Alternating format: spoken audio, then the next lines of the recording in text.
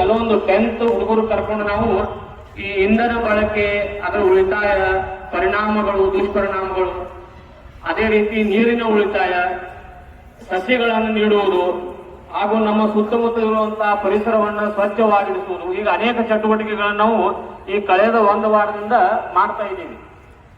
ಇವತ್ತು ಆ theme number 7, ಇವತ್ತೇನ್ theme ಇದೆಯಪ್ಪ ಅಂತಂದ್ರೆ ಪ್ಲಾಸ್ಟಿಕ್ ಮುಕ್ತ ಪರಿಸರ ಅಂತಿದೆ.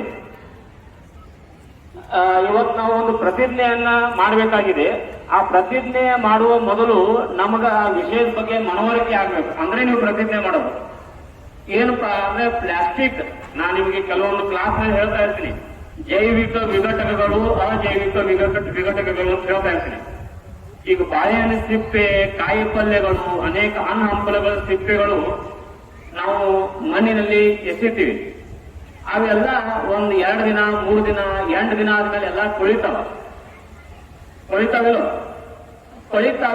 ಈ ಅನೇಕ ಸೂಕ್ಷ್ಮ ಜೀವಿಗಳು ಅವುಗಳಲ್ಲಿರುವಂತಹ ಪೋಷಕಾಂಶಗಳನ್ನ ಬೇರ್ಪಡುತ್ತವೆ, ಅವು ಮಣ್ಣಿನಲ್ಲಿ ವಿಲೀನವಾಗ್ತವೆ. ಇದೊಂದು ಉಪಯುಕ್ತವಾದಂತಹ ಪದಾರ್ಥಗಳು, ಈ ಎಲ್ಲ ಹಣ್ಣು ಹಂಪಲುಗಳ ಸಿಪ್ಪೆಗಳು. ಆದ್ರೆ ಪ್ಲಾಸ್ಟಿಕ್ ಇದೊಂದು ಅಜೈವಿಕ ಘಟಕ, ಅಂದ್ರೆ ಇದು ವಿಘಟನೆ ಆಗೋದಿಲ್ಲ, ಇದು ಕೊಳೆಯುವುದಿಲ್ಲ, ಅದೇ ಹಂಗೆ ಉಳಿದು ಬಿಡ್ತದೆ. ಆದ್ರೆ ಇದು ನಾಶ ಆಗ್ಬೇಕಾದ್ರೆ ನಾವು ಇದನ್ನ ಸುಡಬೇಕು. ಅದು ಸುಟ್ಟಾದ್ಮೇಲೆ ಏನಾಗ್ತದೆ, ಕಾರ್ಬನ್ ಮತ್ತು ವಿನೈಲ್ ಕ್ಲೋರೈಡ್ ಅಂತ ರಾಸಾಯನಿಕ ಪದಾರ್ಥ ಬಿಡುಗಡೆ ಆಗ್ತದೆ.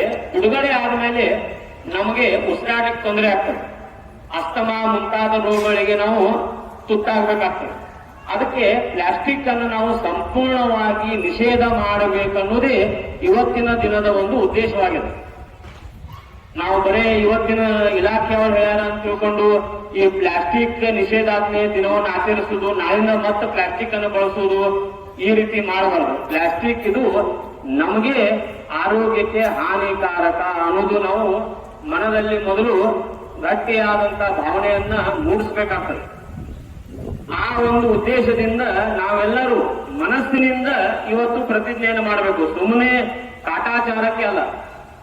ಮಾಡ್ತಿರಲ್ಲ, ಪ್ಲಾಸ್ಟಿಕ್ ಅನ್ನು ನಾವು ಸಂಪೂರ್ಣವಾಗಿ ನಿಷೇಧಿಸಬೇಕು. ಅದು ನಮಗೆ ಉಸಿರಾಡಲಿಕ್ಕೆ ತೊಂದರೆ ಆಗ್ತದೆ, ಅದು ಅಜೈವಿಕ ಘಟಕ, ಅದು ನಾಶವಾಗುವುದಿಲ್ಲ, ಕೊಳೆಯುವುದಿಲ್ಲ. ಅದು ಸುಟ್ರೆ ಅದು ಕಾರ್ಬನ್ ಮುಂತಾದ ರಾಸಾಯನಿಕ ಪದಾರ್ಥಗಳನ್ನು ಬಿಡುಗಡೆ ಮಾಡ್ತದೆ, ನಮಗೆ ಆರೋಗ್ಯಕ್ಕೆ ಹಾನಿಕಾರಕ. ಅದಕ್ಕೆ ಅದು ನಿಷೇಧ ಮಾಡಬೇಕು ಅಂತ ಮನವರಿಕೆ ಮಾಡಿ ನಾವು ಪ್ರತಿಜ್ಞೆ ಮಾಡಬೇಕಾಗಿದೆ. ಎಲ್ಲರೂ ನನ್ನ ಜೊತೆಗೆ ಮೊದಲು ಬಲಗೈಯನ್ನ ಮುಂದೆ ಮಾಡಬೇಕು.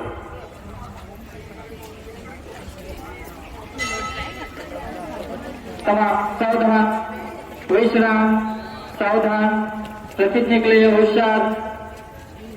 बलगೈ ಮುಂದೆ ಮಾಡಬೇಕು ಎಲ್ಲರೂ.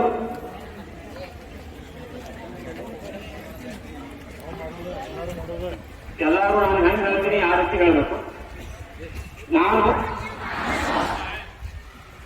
ಪ್ಲಾಸ್ಟಿಕ್ ಅನ್ನು ಕಡ್ಡಾಯವಾಗಿ ನಿಷೇಧಿಸುತ್ತೇನೆ.